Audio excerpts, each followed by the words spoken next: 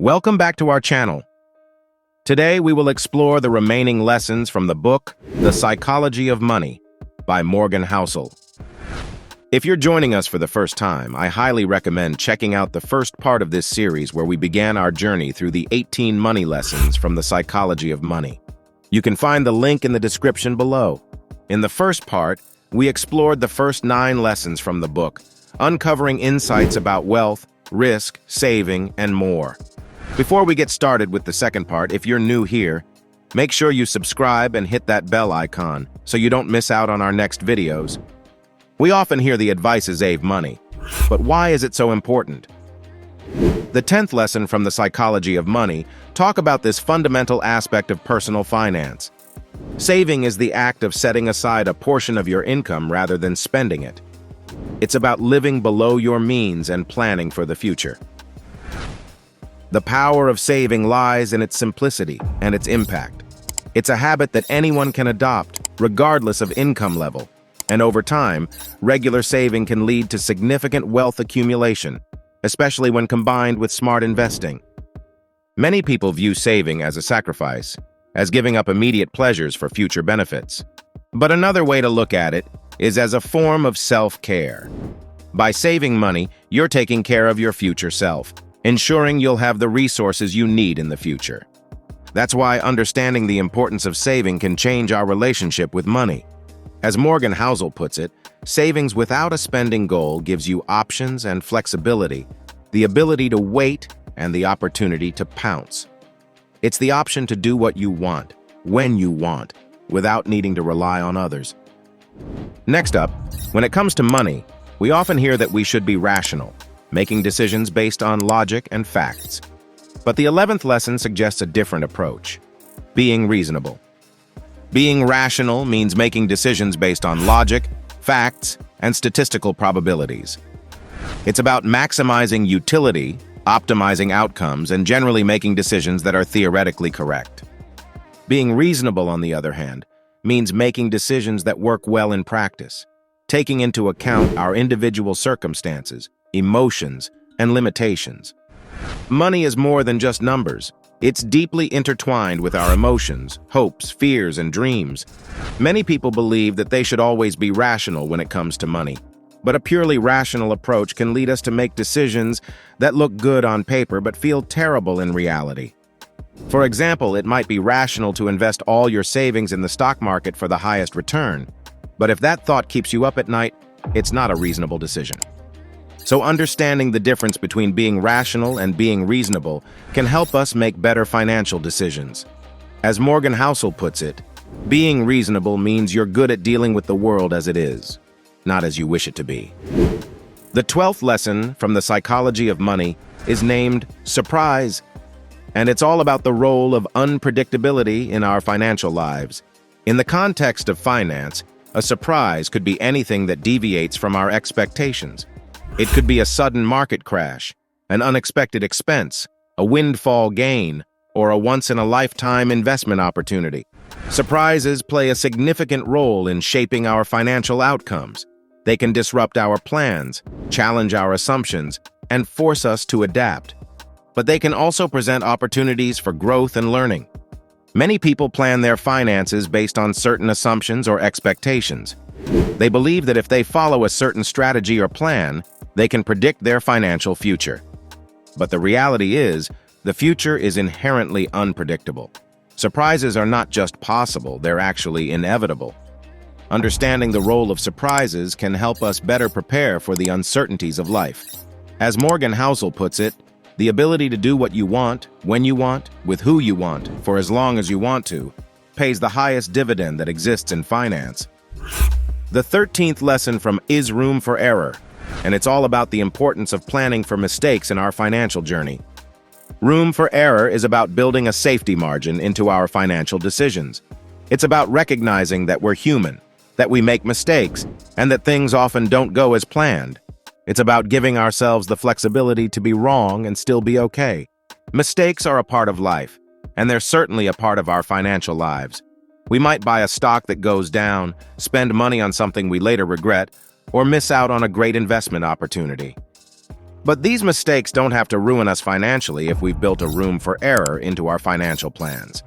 There's a misconception that to be successful in finance, we need to be perfect. We need to always make the right decisions, pick the right investments, and never make a mistake. But this isn't realistic or even necessary. What's more important is being able to survive and learn from our mistakes. And that is why understanding the importance of a room for error can change the way we approach our finances. As Morgan Housel puts it, planning is important, but the most important part of every plan is to plan on the plan not going according to plan. Moving on, the 14th lesson is, you'll change. We know change is a constant in life. Our tastes evolve, our goals shift, and our circumstances vary. This is as true for our financial lives as it is for other aspects. The financial decisions that make sense for us today might not make sense a decade from now. Change plays a significant role in our financial decisions.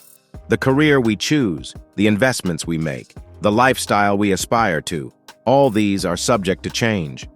Recognizing this can help us make more flexible and adaptable financial plans. Many people make financial plans based on their current selves. They assume that what they want now is what they'll want in the future. But this isn't always the case. Our future selves can be surprisingly different from our current selves. So understanding that you'll change can help us make better financial decisions. As Morgan Housel puts it, long-term planning is harder than it seems because people's goals and desires change over time.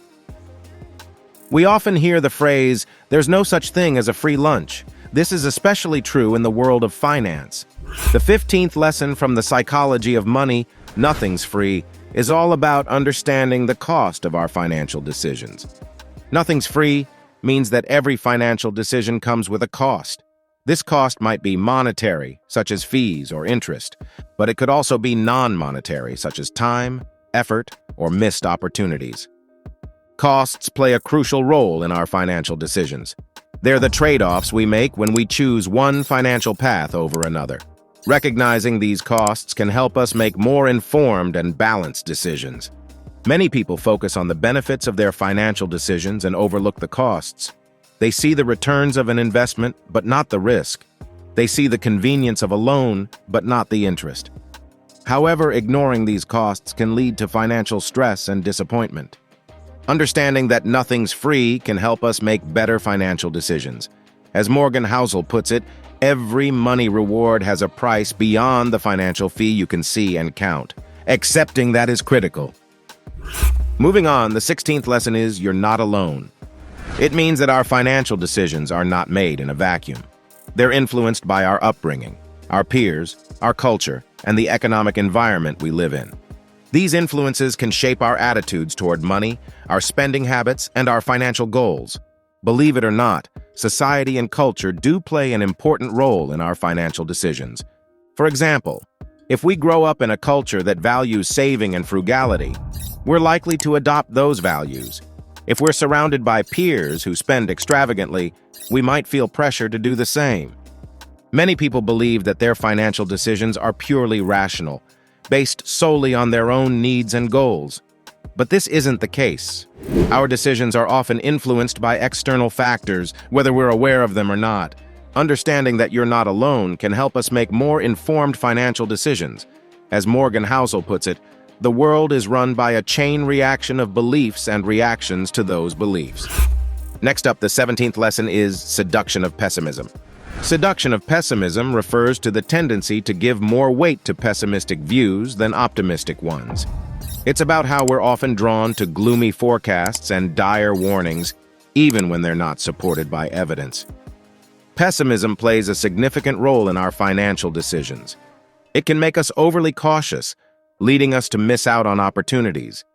It can also cause us to focus too much on potential risks and not enough on potential rewards.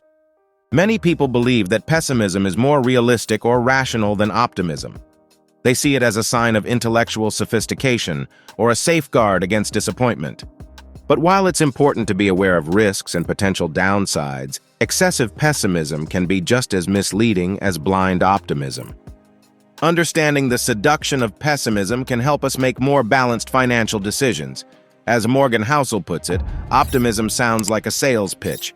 Pessimism sounds like someone trying to help you. Moving on, have you ever found yourself believing something about money that, upon closer inspection, doesn't quite add up? This brings us to the 18th lesson from the psychology of money, when you'll believe anything. It refers to the tendency to believe things that align with our pre-existing beliefs or desires, even when they're not supported by evidence. In the context of finance, this could mean believing in a get-rich-quick scheme because we want to believe it's possible, or holding on to an investment because we can't bear to admit we made a mistake. Our beliefs play a significant role in our financial decisions. They shape our attitudes towards money, influence our spending and saving habits, and guide our investment decisions. But sometimes, these beliefs can lead us astray, especially when they're based on misinformation or wishful thinking. Many people just believe that their financial decisions are purely rational, based solely on facts and logic. But the reality is, our decisions are often influenced by our beliefs, emotions, and biases, and sometimes we believe what we want to believe, even when it's not in our best interest.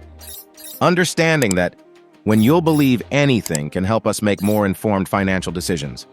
As Morgan Housel puts it, your personal experiences with money make up maybe 0.000000001% of what's happened in the world, but maybe 80% of how you think the world works. So these are 18 profound lessons from the psychology of money. Which lesson resonated with you the most? Do you have a personal money story that aligns with these lessons? Or perhaps a different perspective to share? Drop your comments below. And before you go, don't forget to check out our video on how to manage your income, the 50-30-20 money rule explained. And make sure you hit that subscribe button and press the bell icon. Thanks for watching.